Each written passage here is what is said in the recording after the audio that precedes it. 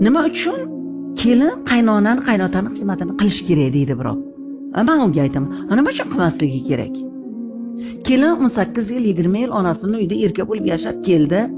Tayyor uy-joyga, boquvchiga uylarni qurdi, qaynona yangi uy o'zi kirmaydi, o'zi eskisida turadi-da, kelinni kirgizib qo'yadi.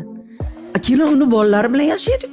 Kelin agar xizmat qilmaydigan bo'lsa, eri bilan ikkalasi turmush qurgandan keyin ana ijaraga borib tursin-da, necha yilda quradi, hovlili bo'ladi. Necha yilda hovlili bo'ladi, necha yilda uyli joyli bo'ladi, necha yilda mashinali bo'ladi. Odam aqlini ishlatish kerak-ku. Quruq yer bo'lsa ham, bir uy, bir yotoqxona berayotgan bo'lsa ham qaynona, qaynotani xizmatini qilish kerakmi? Shuni axir oqlash kerak-ku, o'sha senga qolyapti-ku. O'sha kelin, o'sha o'g'il, o'sha navaralarga qolyapti-ku. Bechora o'lib umri bo'yi mehnat qildik-ku, masalan, qaynotalar. O'shaning uchun o'zbek kelinlari aylanib ketyapsizlar. Sizlar tayyoriga boryapsizlar.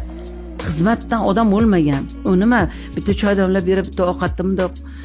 Hozir aytaman men kelinimga, men uchun hech narsa qilmayapsiz kelinjon. Mana eringiz